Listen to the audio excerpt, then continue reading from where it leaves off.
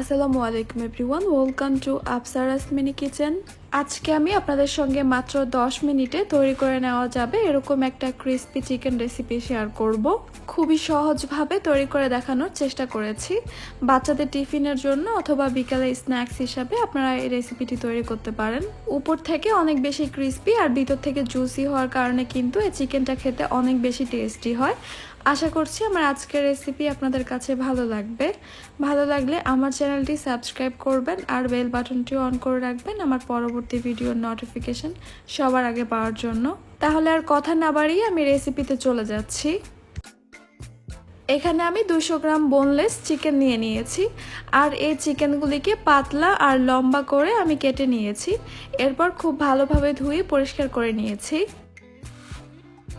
এরপর এখানে আমি একটা ডিম দিয়ে দিচ্ছি।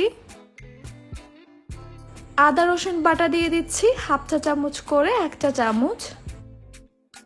এবার দিয়ে দিচ্ছি 1/4 টিস্পুন হলুদ গুঁড়া। মরিচ গুঁড়া দিয়ে দিচ্ছি হাফ চা চামচ। ধনিয়া গুঁড়া দিয়ে দিচ্ছি হাফ চা চামচ। জিরা গুঁড়া দিয়ে দিচ্ছি হাফ চা চামচ। কালো গোলমরিচের গুঁড়া দিয়ে দিচ্ছি 1/4 টিস্পুন।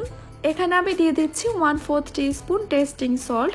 টেস্টিং সল্টটা কিন্তু একদমই অপশনাল, আপনারা অবশ্যই স্কিপ করে যেতে পারেন যদি ভালো না লাগে। লবণ দিয়ে দিচ্ছি 1/4 টিস্পুন। লবণের পরিমাণটা আমি কমিয়ে দিলাম কারণ আমি এখানে সয়া সস দিব আর সয়া সসেও কিন্তু লবণ থাকে, তাই লবণটা বুঝে দিতে হবে। 1 টেবিল চামচ দিয়ে দিচ্ছি টমেটো সস। সয়া সস দিয়ে দিচ্ছি 1 টেবিল চামচ। দিয়ে দিচ্ছি লেবুর রস, এখানে 1 টেবিল চামচের মতো হবে। এবার এই সব কিছুর সঙ্গে চিকেনগুলিকে খুব ভালোভাবে মিশিয়ে নিচ্ছি। চিকেনগুলিকে মশলার সঙ্গে ভালোভাবে মিশিয়ে নেওয়ার পর আপনারা চাইলে 10 মিনিটের মতো এটাকে রেস্টে রেখে দিতে পারেন। যেহেতু আমি কম সময়ের মধ্যে করব তাই আমি আর রেস্টে রাখবো না। ভালোভাবে মিশিয়ে নেওয়া হয়ে গেলে এগুলোকে একটা সাইডে সরিয়ে রাখবো আর কোটিংয়ের জন্য আমি শুকনো উপকরণগুলিকে রেডি করে নিব। কোটিংয়ের জন্য আমি এখানে নিয়ে নিচ্ছি হাফ কাপ ময়দা, সঙ্গে নিয়ে নিচ্ছি 3 টেবিল চামচ কর্নফ্লাওয়ার। কর্নফ্লাওয়ারটা ছাড়াও কিন্তু আপনারা শুধুমাত্র ময়দা দিয়েও কোটিংটা করে নিতে পারবেন। এবার এখানে দিয়ে দিচ্ছি 1/4 টিস্পুন জিঞ্জার পাউডার আর দিয়ে দিচ্ছি 1/4 টিস্পুন গার্লিক পাউডার। হাতের কাছে যদি না থাকে তাহলে স্কিপ করতে পারেন। 1/4 টিস্পুন দিয়ে দিচ্ছি লবণ। কালো গোলমরিচের গুঁড়া দিয়ে দিচ্ছি 1/4 টিস্পুন। লাল মরিচের গুঁড়া দিয়ে দিচ্ছি হাফ চা চামচ। এবার এই সব কিছুকে খুব ভালোভাবে আমি মিশিয়ে নিচ্ছি। শুকনো উপকরণগুলিকে ভালোভাবে মিশিয়ে নেওয়ার পর এবার আমি এখানে 1 পিস চিকেন দিয়ে দিচ্ছি। চিকেনের টুকরোটাকে আমি খুব ভালোভাবে কোট করে নিব শুকনো উপকরণগুলির সঙ্গে। চেপে চেপে করা যাবে না, হালকা হাতে কোটিংটা করে নিতে হবে। এরপর ঝাঁকিয়ে এক্সট্রা ময়দার মিশ্রণগুলি ফেলে দিতে হবে। ময়দার মিশ্রণে কোটিং করার পর চিকেনটা এরকম হয়েছে আর এরকম হলেই কিন্তু চিকেনটা অনেক বেশি ক্রিস্পি হবে খেতে। এখন আর দেরি না করে আমি সরাসরি চিকেনগুলিকে ঠিক একইভাবে কোটিং করে তারপর ভাজতে চলে যাচ্ছি।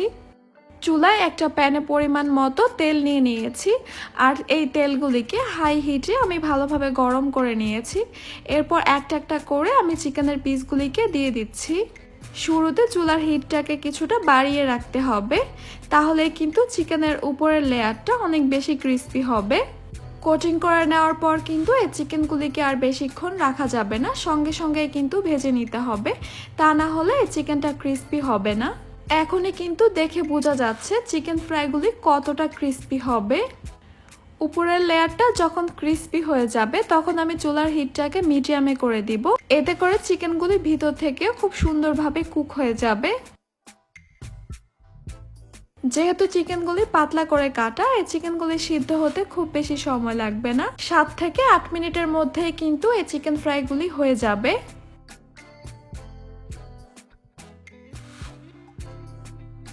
আমার এই চিকেনগুলি এখন ভাজা হয়ে গেছে, আমার পছন্দ মতো কালার চলে আসছে। তবে আপনারা চাইলে আরও কিছুটা ডার্ক করে ভেজে নিতে পারেন। আমি এই চিকেনগুলিকে এখন তেল ঝরিয়ে তুলে নিচ্ছি। দেখেই হয়তো আপনারা বুঝে গেছেন এই চিকেন ফ্রাইগুলি কতটা ক্রিস্পি হয়েছে। উপরে একদমই ক্রিস্পি লেয়ার আর ভিতরে সফট আর জুসি, খেতে কিন্তু অনেক বেশি টেস্টি হয়েছে। বাচ্চারা অনেক বেশি পছন্দ করবে। আশা করছি আমার আজকের রেসিপি আপনাদের কাছে ভালো লেগেছে। ভালো লাগলে আমার চ্যানেলটি সাবস্ক্রাইব করবেন আর বেল বাটনটিও অন করে রাখবেন আমার পরবর্তী ভিডিওর নোটিফিকেশন সবার আগে পাওয়ার জন্য। আমার কোনো রেসিপি যদি বাসায় ট্রাই করে থাকেন আমার সঙ্গে পিকচার শেয়ার করতে পারেন আমার ইনস্টাগ্রামে অথবা ফেসবুক গ্রুপে। লিঙ্কগুলি আমি ডেসক্রিপশন বক্সে দিয়ে দিব। যে কোনো রেসিপি রিলেটেড যে কোনো কোশ্চেন অথবা অন্য কোনো রেসিপি যদি দেখতে চান তাহলে আমাকে কমেন্ট সেকশনে লিখে জানাতে পারেন। এতক্ষণ আমার সঙ্গে থাকার জন্য আপনাদের সবাইকে জানাচ্ছি অসংখ্য ধন্যবাদ। সবাই অনেক বেশি ভালো থাকবেন, সুস্থ থাকবেন। আল্লাহ হাফেজ।